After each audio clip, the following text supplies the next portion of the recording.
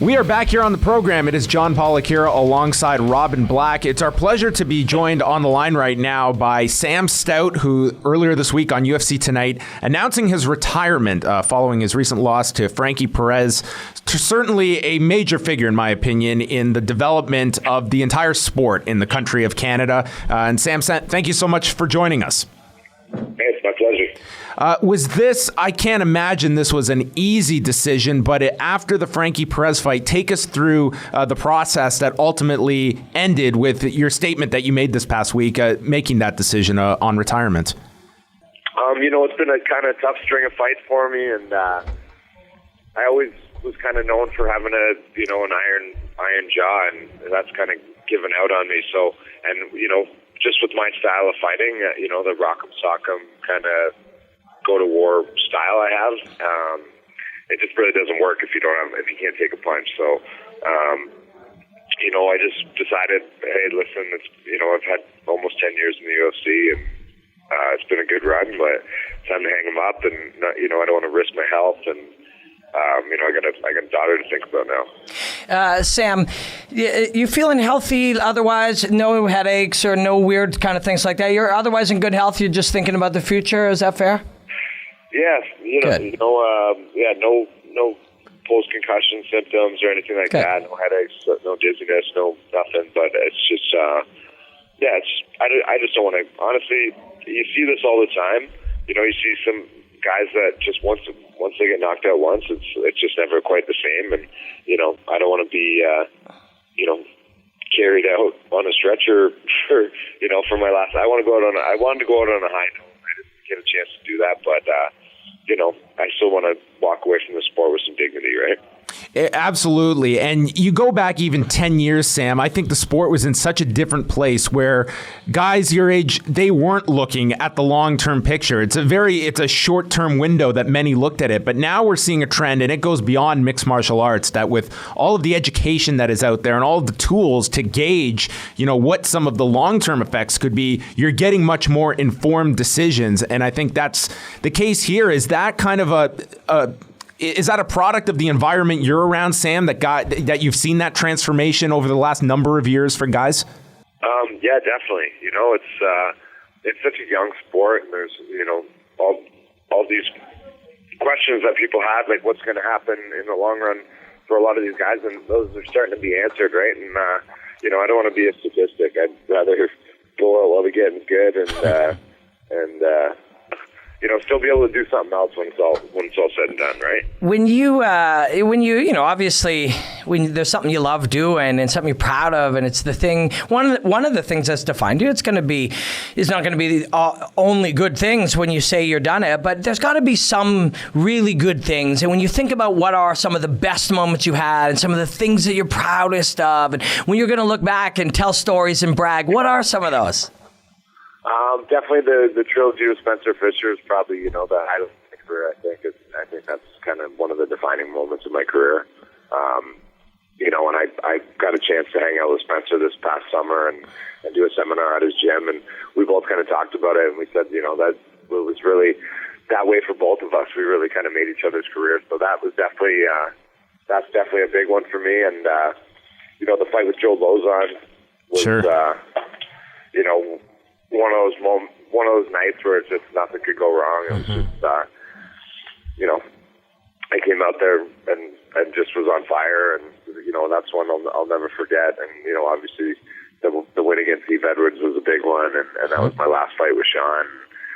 It was 10 years. It was a decade. There's tons of moments that are really I'm never going to forget. Who are the people you kind of lean on when you're making such a big decision like this, Sam? Or was this one that you were able to make on your own? The first person I called when I kind of decided, the first person I told was Mark Hominick. Uh-huh. He's one of my longest standing training partners, and and he went through a similar thing, just a couple of years ago. So, he was, before I made any kind of announcements, he was the first person I called to talk to, and I got it. He gave me a lot of good feedback and a lot of good advice. So, he was definitely a big person to lean on. And somebody was asking me about this, like about what the media was saying, what other people were saying. Should I hang him up? Should I, and really what it comes down to is my training partners, my coaches, and my family. Right? It has nothing to do with Twitter trolls, and it has nothing to do with people talking shit on the internet and whatever. It's what's best for me and my family. Sam, now that you're not going to be training constantly to fight the toughest guys in the world, the best fighters in the world 8 weeks from now, what's going to keep you motivated to keep your abs looking so good, man? Well, I still gotta pick up chicks. I don't think you've ever had a problem with that, man. MMA is always going to be a part of my life. The gym's always going to be a part of my life. It's what I've loved to do for half of my life, literally half of my life. So, that's never going to change. I'll always be in the gym. I'll always be training. And now, the new motivation is going to be helping the younger guys out, and living vicariously through them.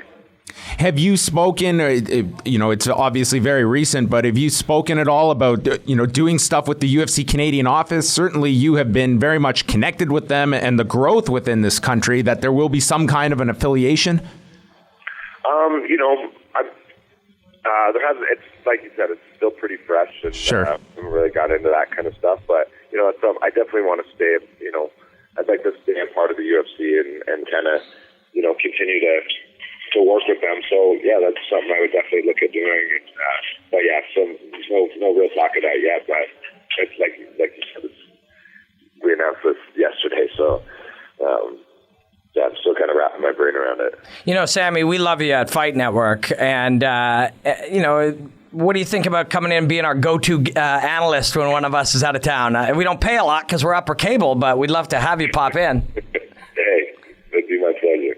I think Fight Network can lay claim that the first ever fashion shoot that Sam Stout was a part of was with us back in 2006 when we had the wacky idea of... history for sure. What was that experience like, as you can recall?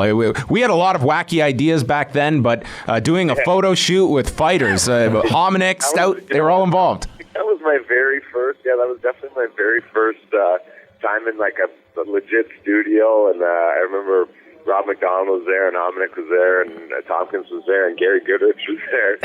And it was way back, man. That's a long time ago.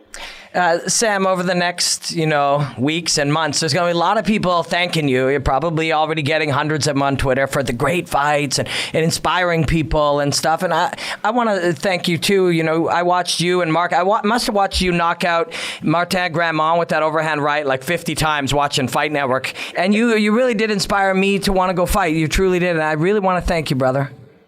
Hey, appreciate it, man. It's been my pleasure to work with you guys over the years and call you guys my friends, man.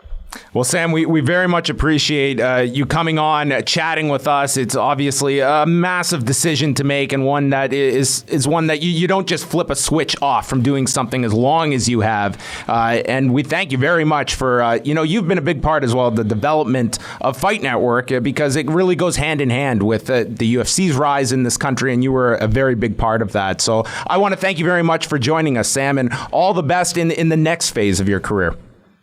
I appreciate it very much. Thank you, guys. Go pick up some chicks, man. Take care, Sam. We love you, man.